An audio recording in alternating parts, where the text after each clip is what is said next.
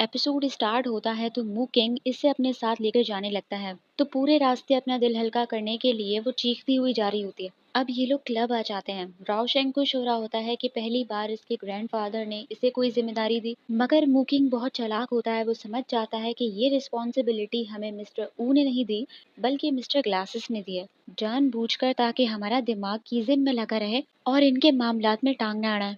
तो अब इस रावशेंग को उसकी प्लानिंग समझ आती है।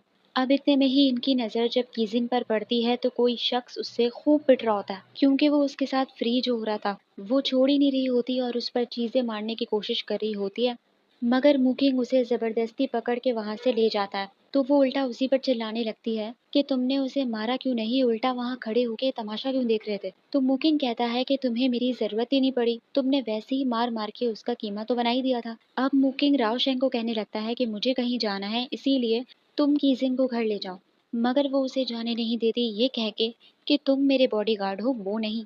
अब से तुम मेरे साथ चौबीसों घंटे रहोगे। मैं जहाँ जाऊंगी मेरे पीछे पीछे मेरे साथ चलोगे, शॉपिंग पे, डिनर पर, हर जगह। तो रावशेंग कहता है कि वो तुम्हारा बॉडीगार्ड है, बॉयफ्रेंड नहीं।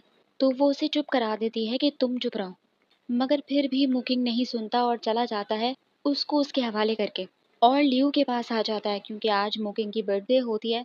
तो लियू हमेशा इसके लिए केक लाके सेलिब्रेट करता है, और लियू कहता है कि हमारा मिशन जो मिस्टर ऊ को जल्द से जल्द पकड़ना था, वो अभी हम थोड़ी देर के लिए रोकते हैं, क्योंकि कोई नया ड्रग आया है मार्केट में जिसको स्पेक्टर नाम का बंदा सप्लाई करने वाला है, और इनको पूरा यकीन है कि वो मिस्टर ऊ को देगा। इसीलिए ये लोग स्पेक्टर को ही पकड़ना चाहते हैं ताकि ये चीज़ सप्लाई ही ना हो। और अगर ऐसे में ये लोग मिस्टर ऊ को पहले पकड़ लेंगे तो स्पेक्टर हाथ नहीं आएगा। ये सुनकर मुकिंग मुंह बनाने लगता है कि अब इस मुकिंग वाली आइडेंटिटी को मुझे और खींचना पड़ेगा। दूसरी ही तरफ अब इस गैंग के सबसे चालाक और पावरफुल बंदे को दिखाया जाता है मिस्टर ऊ के बाद, जिसका नाम होता है दकुन।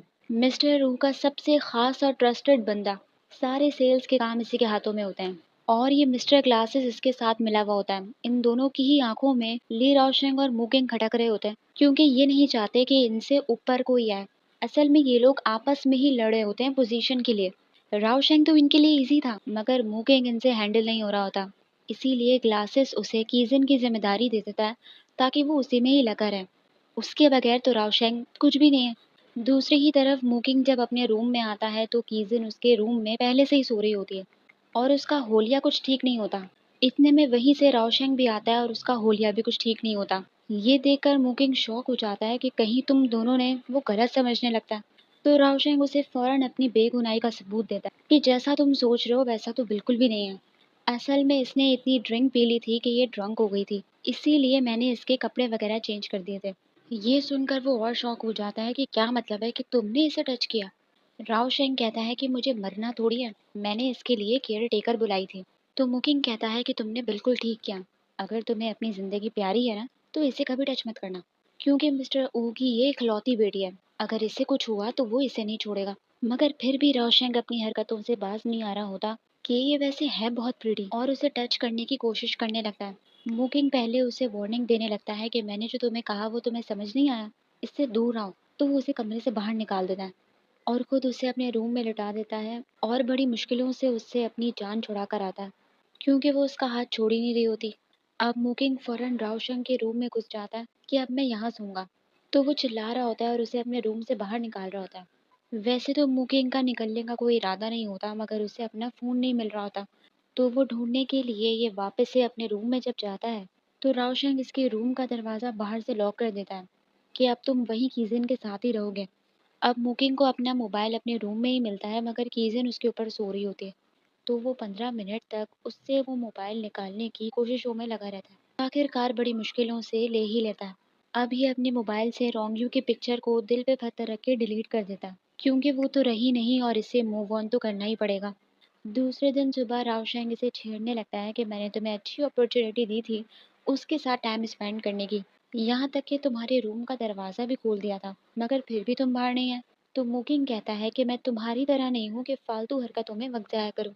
अब इतने में ही मुकिंग के पास कीजिन की कॉल आती है, और कॉल उठाते ही वो चिल्ला रही होती है कि अभी और इसी वक्त मेरे पास आओ। मुकिंग कहता है कि मुझे इसी बात का डर था। वो वही सवालात कर रही होती है कि मैं ऐसे होलिये में क्यों हूँ, मेरे कपड़े कैसे चेंज हुए, वो इनको गलत समझ रही होती है, मगर मुकिंग इसको सारी बात क्लियर कर देता है कि हम हिम्मत भी नहीं कर सकते हैं तुम्हें टच करने की, क्योंकि तुम जैसी बदतमीज, अड़ियल और जिद्दी लड़की के साथ फ्री होना कौन चाहेगा। तो ये सुनकर वो कहती है कि अच्छा, अगर इतनी ही बदतमीज हूँ तो ये शर्ट तुम्हारी है ना, ले लो वापस ले लो। तो वो उसे वहीं रोक देता है कि नहीं नहीं, बाद में दे देना। अब ये मुकिंग को अपने साथ शॉपिंग पे चलने का कहती है, और अब इसे ये पसंद आने लगता है। इसीलिए हर जगह इसे ले लेके घूम रही होती है, अपने सारे काम इससे करवा रही होती है कि इतने में राव शेंकी इसके पास कॉल आती है और वो बताता है कि दकुन इनकी सारी सेल्स छीन रहा है और इनकी दुकानों पर कब्जा करा है।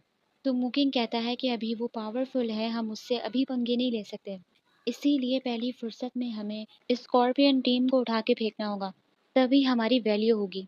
तो रावशंक फौरन मान जाता है और कहता है कि हम आज ही उनका काम तमाम करेंगे। ये सुनते ही मुकिंग फौरन लियो को मैसेज भेजता है कि स्कॉर्पियन के लीडर को आकर उठा लेना, क्योंकि इसका प्लान ही यही होता है कि स्कॉर्पियन टीम को ख़त्म करके उसके लीडर को पुलिस के हवाले करना। और आज इसका प्लान पूरा होने वाला होता है।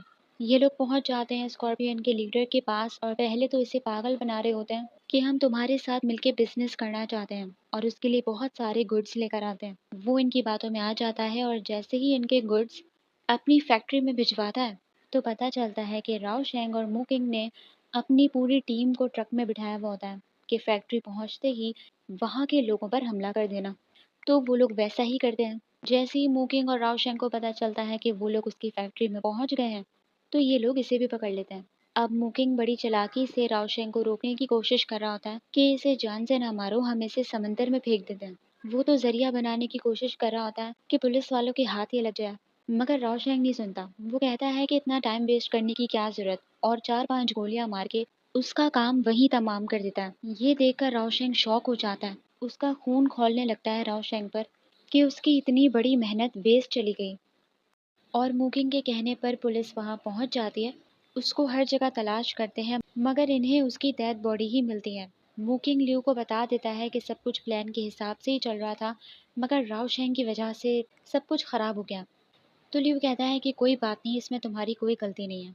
अब दूसरी ही तरफ रोंग याओ की एंट्री हो जाती है और स्पेक्टर को पकड़ने के लिए ये आ जाता है, ये केस सॉल्व करने के लिए।